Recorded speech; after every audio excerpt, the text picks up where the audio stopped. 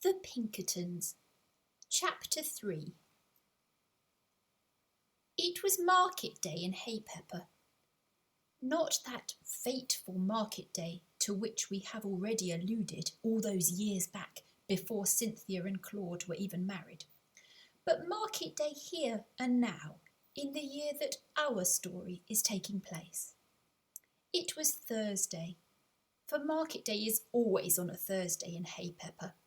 It always has been, and probably always will be, for as we know, nothing much ever changes in Haypepper. I actually think this is part of the charm of the place. Mr. and Mrs. Pinkerton gathered up their baskets and gathered up their children. In so far as it is ever possible to gather up two young people who both decidedly have minds of their own.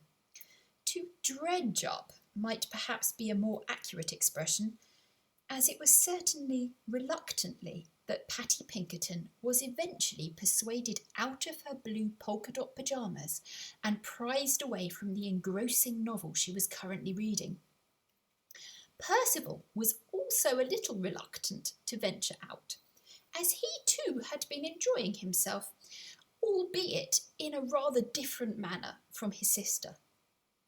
Percival had spent much of the morning sprawled out on his large cushioned tummy in the little tunnel in which he generally slept. He liked to call this tunnel his zone. It is debatable for how much longer Percival would fit in his zone. It was already a bit of a squeeze, and Percival seemed to be continually expanding, but it sufficed for now. And it had been in his zone that Percival had spent a happy morning munching on cauliflower leaves. Not the florets, mind, because those are not good for guinea pigs, however yummy the leaves are.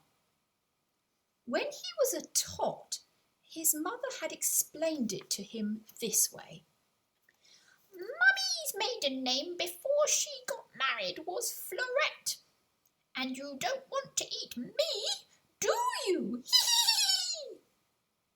It was typical of the rather eccentric manner in which the Pinkertons senior explained things to their children, and it had certainly had the desired effect in terms of dissuading Percival from sampling any heads of cauliflower. But it had also left him with a number of enduring and unexplained questions. Was his mother, despite every appearance to the contrary, not a guinea pig at all, but actually a cauliflower? If she was, then what did that make him? Was he half cauliflower, half guinea pig? And then there was what Percival thought of as the parsnip problem. Occasionally, when he and Patty had been very young, their mother had referred to Patty and himself as Mummy's little parsnips. To her friends, she might say proudly, Mummy's little parsnips have learnt to gurgle. Or to the young ones themselves, Sleepy, sleepy nap time now for Mummy's little parsnips. That sort of thing. Sometimes she still used the expression, although not so much anymore. Well, not so much within Percival's hearing, at any rate.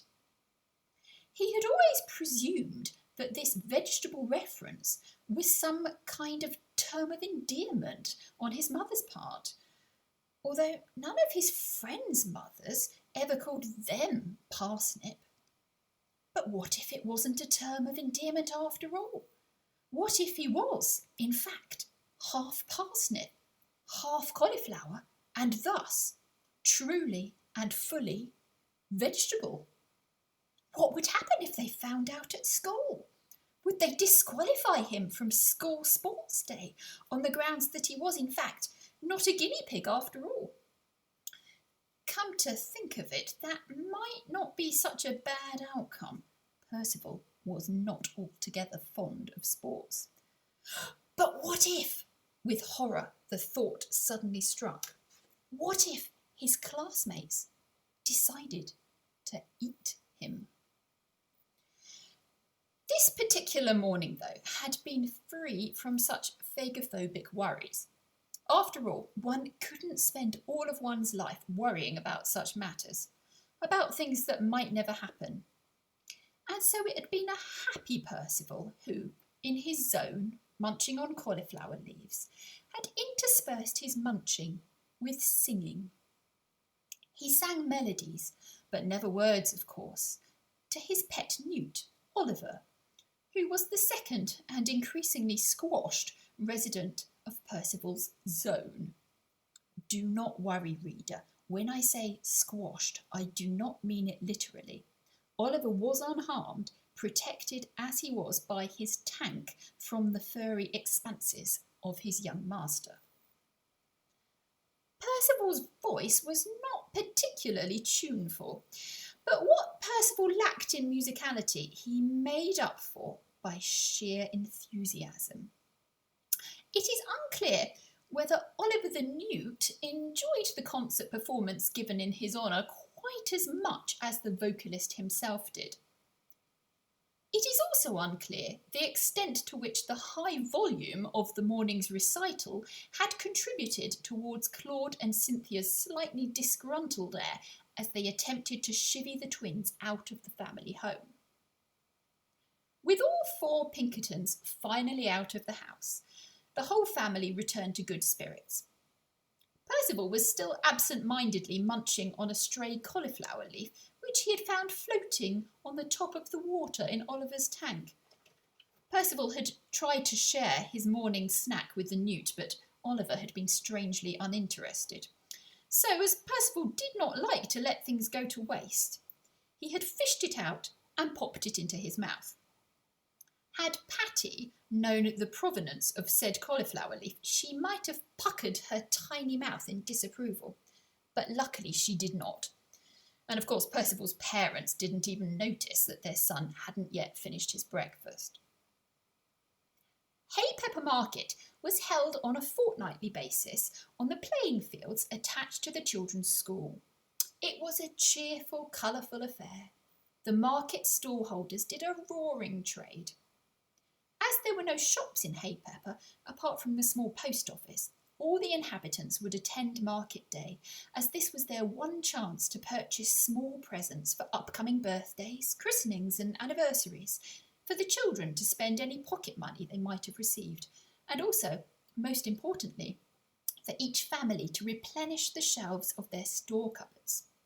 For whilst hay itself could be sourced from local growers, such other ingredients as might be required, if not grown at home, would of necessity need to be purchased at the market, unless families wanted a long journey to the nearest town, and few did. Cynthia Pinkerton, helped by her son, had a very productive vegetable plot at home, as you might expect, but her family's voracious appetites meant that the larder was often low on essentials.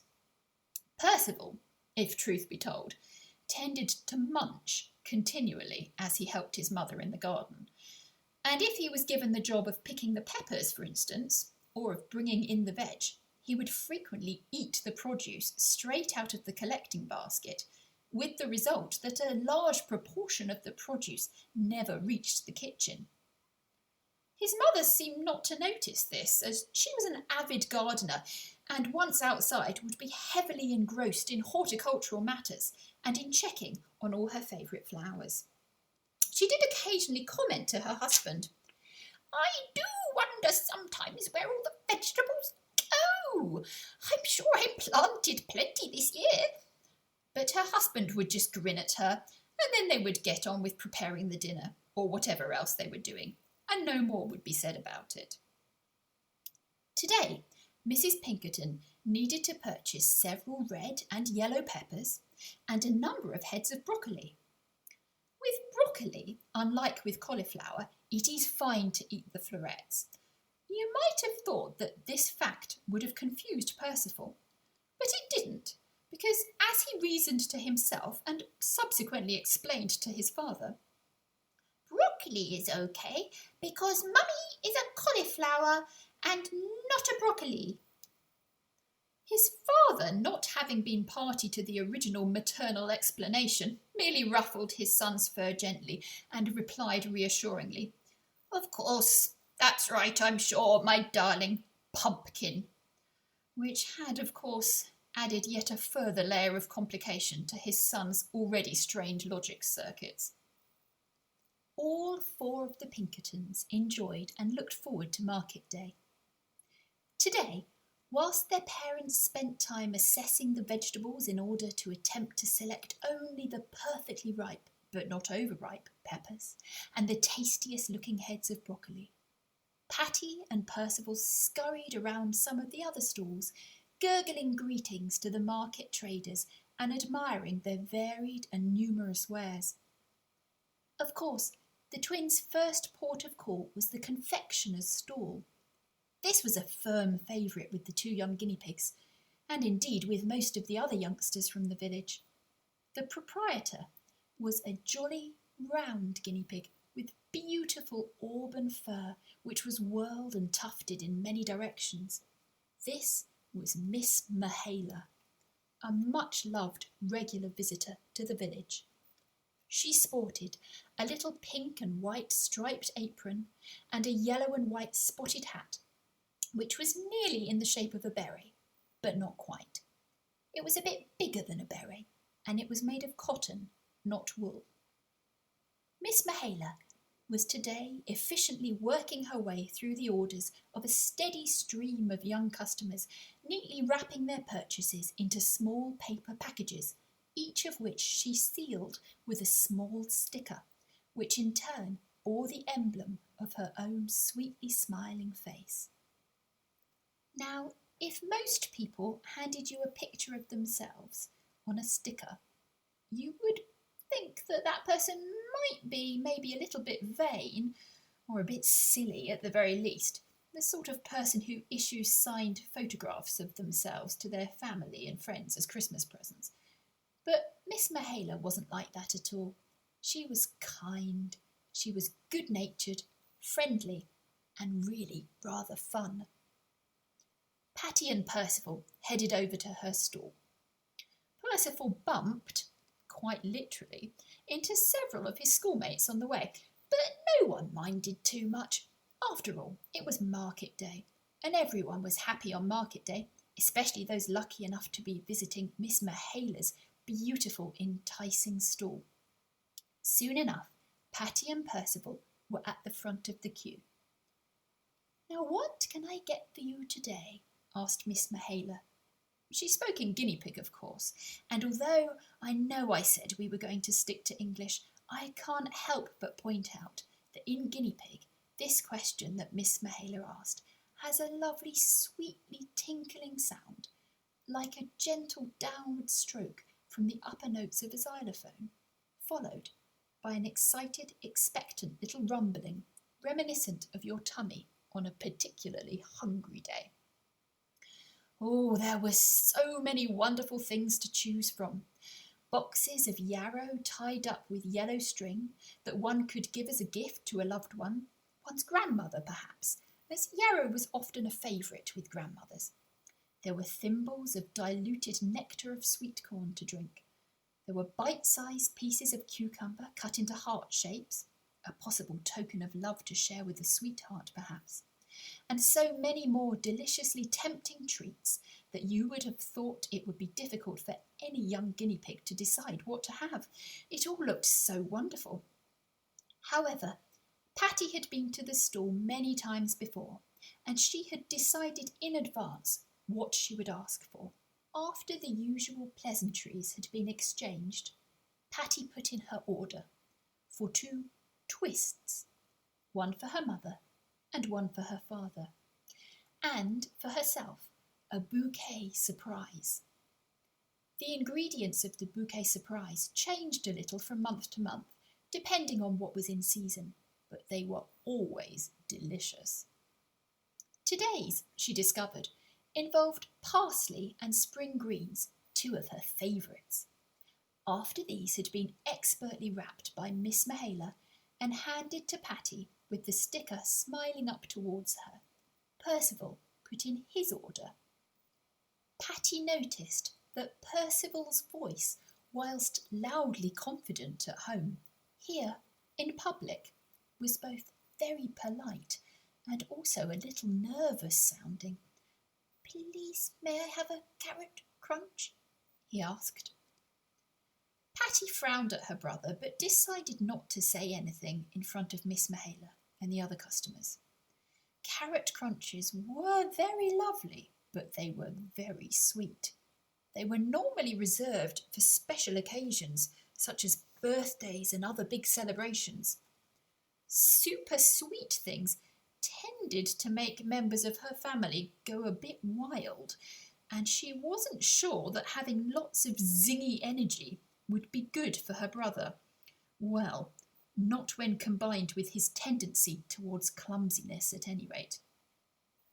Patty said none of this aloud, but she watched with growing apprehension as Percival handed over his paw full of small coins and then opened his mouth to take his first large bite. Almost immediately he began to gurgle and giggle. He popcorned. If you don't know what this is, it is a sort of half jump, half turn.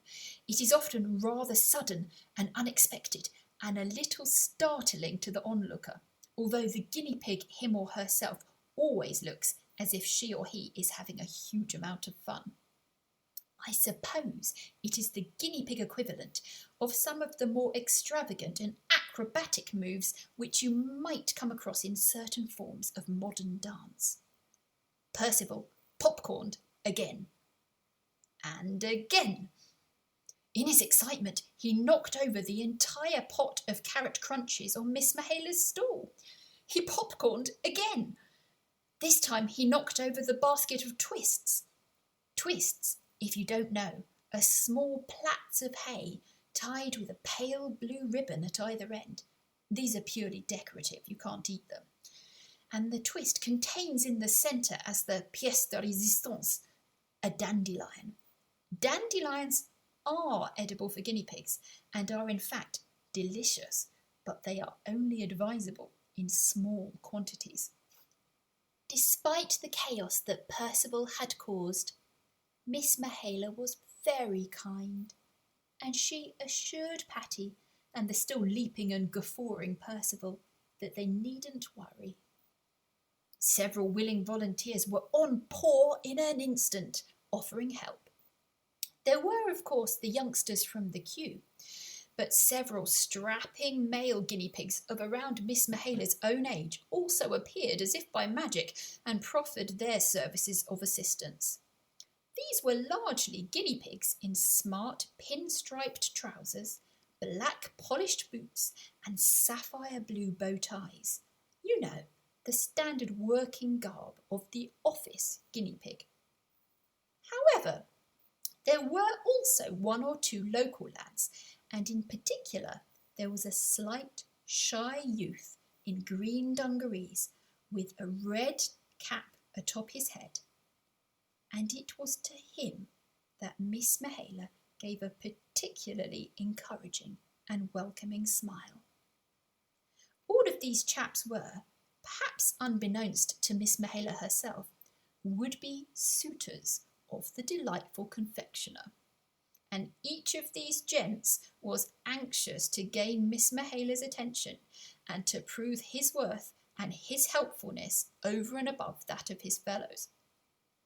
So both Miss Michaela and her stall were fine, and we need not worry about her any longer. But what about poor Percival Pinkerton? Well, truth be told, he was very jolly indeed, so we need not worry about him either. It is his sister that we should be concerned about. Poor Patty Pinkerton. She was not embarrassed by her brother. She knew him too well and loved him too dearly for that ever to be more than just a fleeting thought. But she was worried. She was worried lest Percival should wreak havoc throughout the entire marketplace.